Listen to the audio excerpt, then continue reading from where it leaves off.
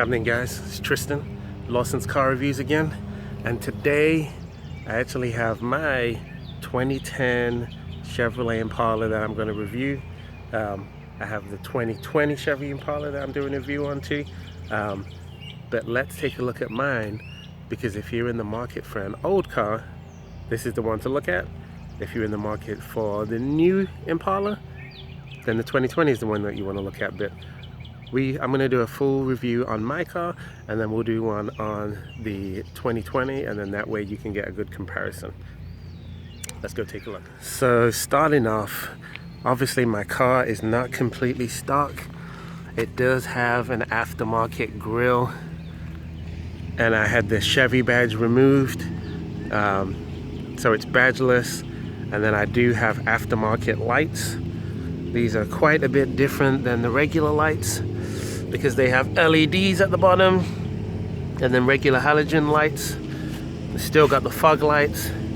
This is the LTZ with the 3.9 liter engine, which means it has 235 horsepower, actually it's 230 horsepower, 235 foot-pounds of torque. You do get these 18-inch wheels that came on the premium models back then. We got a full side profile.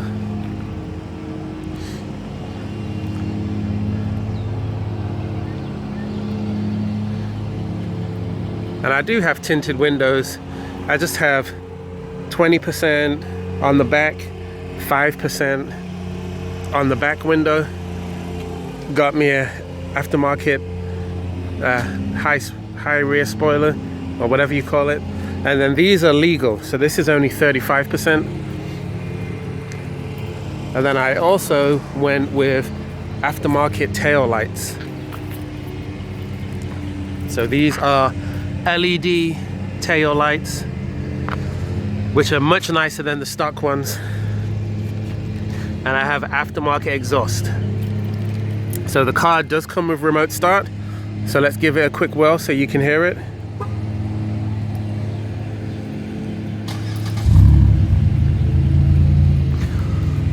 So the car does have a good grumble to it.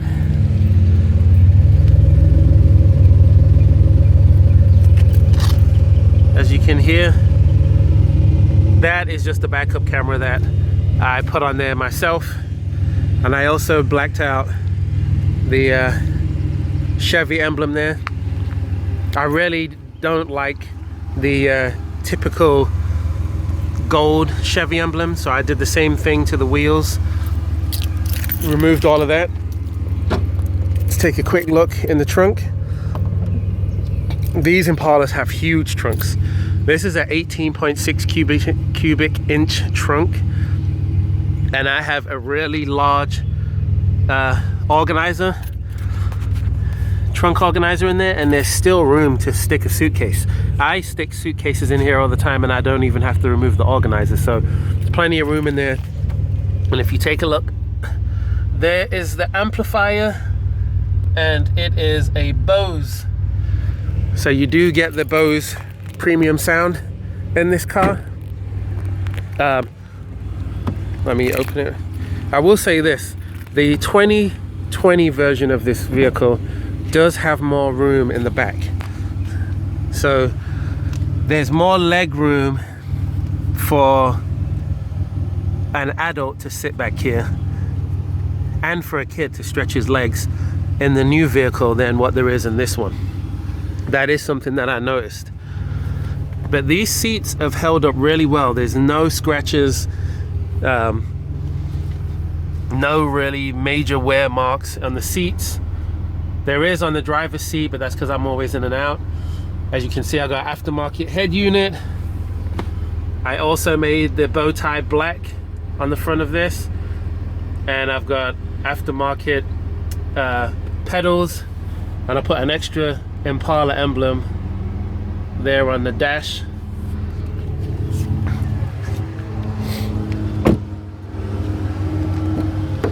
Car does have a moonroof also. One hit makes it tilt.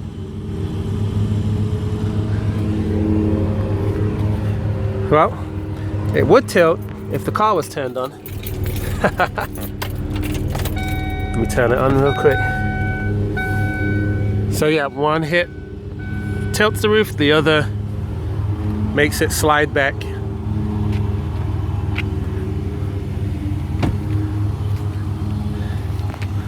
So give you a look with the moonroof up.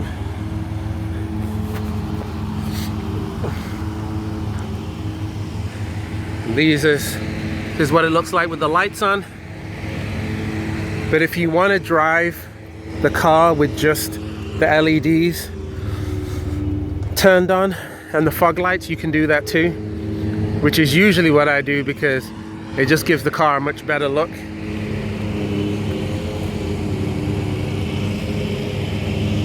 Looks way more modern when the lights are turned on.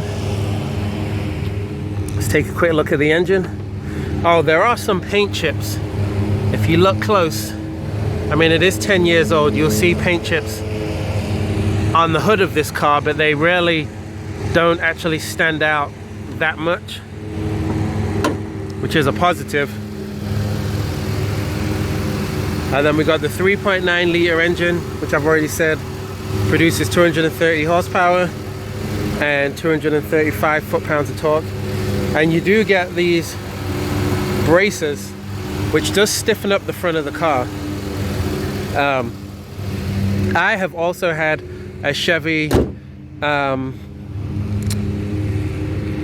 Monte Carlo SS, and that car likes being modified a lot more than what this one does. It's very clean though. Anyway, I was saying that to say this. If you want to put like a intake and exhaust and do different stuff, this is not the car to do it. It doesn't handle those kind of modifications well. Engine lights come on and everything. And before you say, how do I know? It's because I tried it multiple times. So that's it. It's a very clean Impala. I've never seen anyone's as clean as mine. But this car does drive good. Does have 108,000 miles and it's still going strong. I'm expecting to drive this car up into the 200,000 mark, so hopefully I'll have it for a while yet. Aftermarket radio, backup camera that I installed myself. It's a very clear resolution. Very, very clear resolution. And then dual climate control. Glove box is a decent size. It's a little bit of a different shape than the one on the 2020 Impala. However, they're still about the same size. And then as far as storage space, sorry, it's kind of a mess in here. You do have this tray, and then basically you got a bunch of room down there. Yes, I do drive around with a hand grip. Bunch of room in there for all of the goodies. So it's pretty basic. I think I got this car with 50,000 miles on it years ago, and I got it for just like $12,000, and it's actually been a really good and reliable car, so I cannot complain. Let me rev the engine real quick.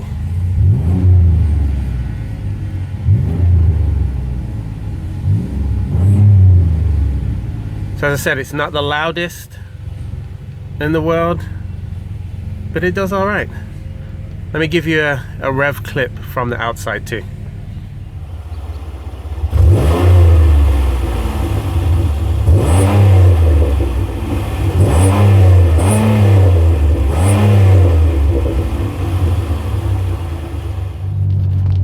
This particular car is louder than normal because of my aftermarket. but it still drives smooth, and it's not obnoxiously loud by any means. It just has a little growl to it, that's all. But if you keep the stock exhaust on this car, because I've driven quite a few of them, they are extremely quiet, and I feel like the road noise is minimal, and visibility around you is very good. Out the sides, out the back, everywhere, there's not really any kind of obstructions as far as visibility. It's not like if you're driving a Camaro and it feels like you're in a cave and you can't see out the back and you need all these blind spot monitors and everything. It's not like that. This car is extremely safe, and I think pretty reliable. I will say this, and this is my honest opinion because I've owned this car for 4 years. This car does have things that fail on it, but for the most part, or not for the most part, for every single time, it's been something stupid and ridiculous that has not stopped the car's driving capabilities.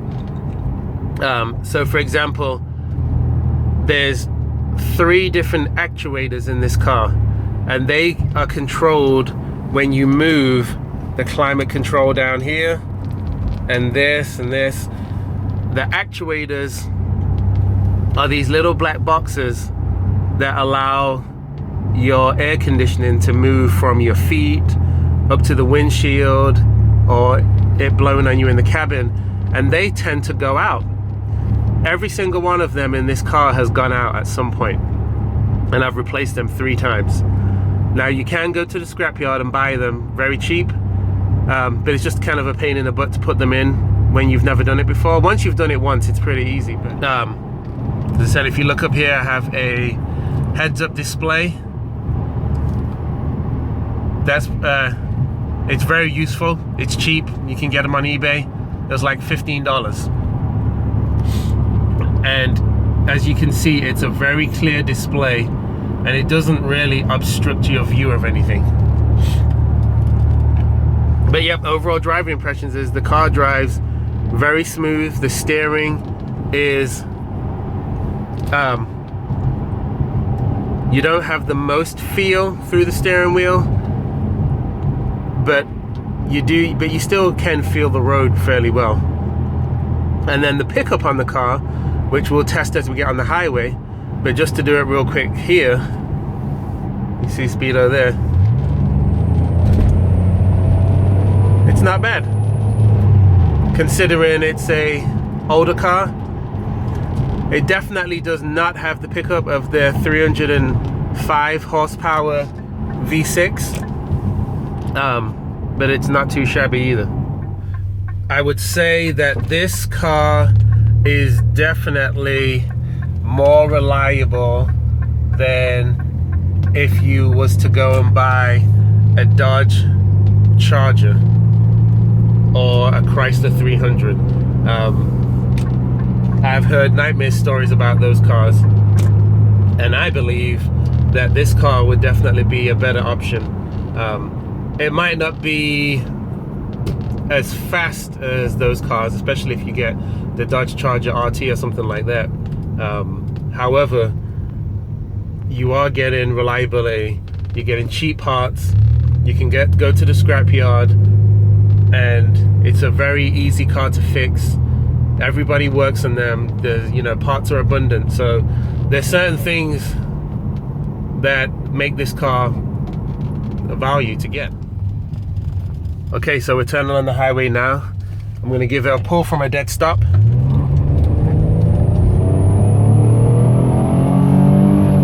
Little bit of wheel spin. There you go, 60. And that's going uphill on an on-ramp. So acceleration in this car is not too bad at all.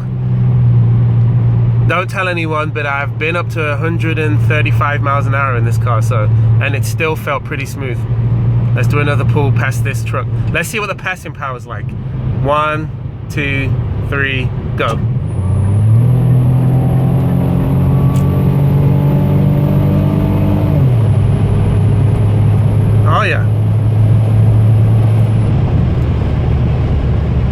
slow it down.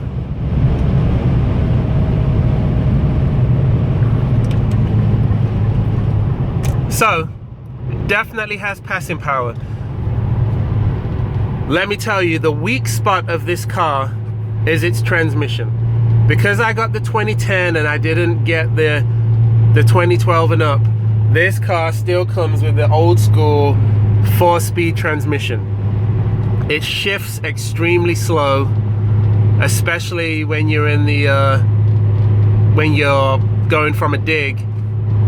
Once you're up to highway speeds, then the car is actually that's where it has the most power. So anywhere going from, like, say 60 miles an hour on up, then the car has plenty of power, plenty of passing power.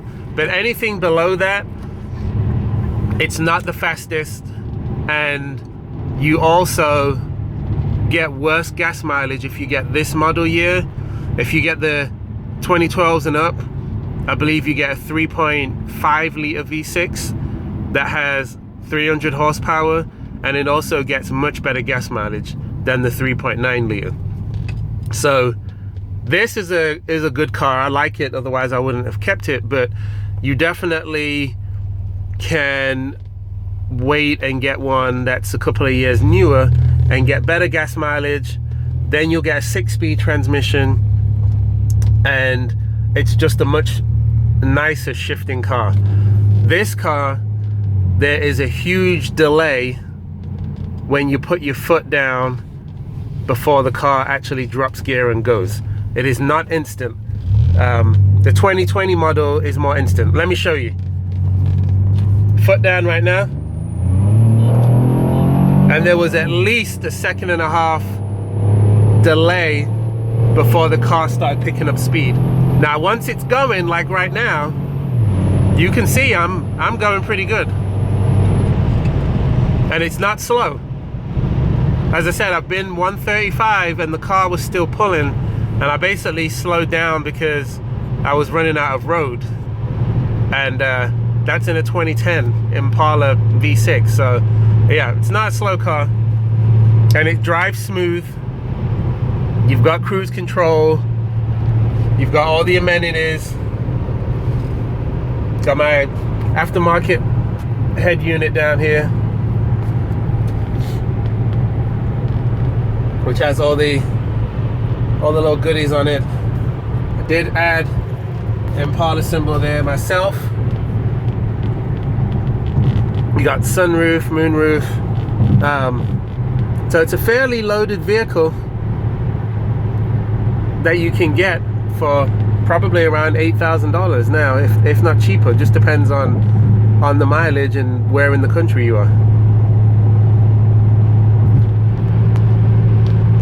As I said, guys, the plan is not just to review new cars, but I want to do old cars too, or any cars that I've never driven before that I just feel like driving, and want to bring a review on it. So if you have any suggestions about cars that I should drive, let me know. Leave a comment, like the video, subscribe, and then I can bring you more content. Peace.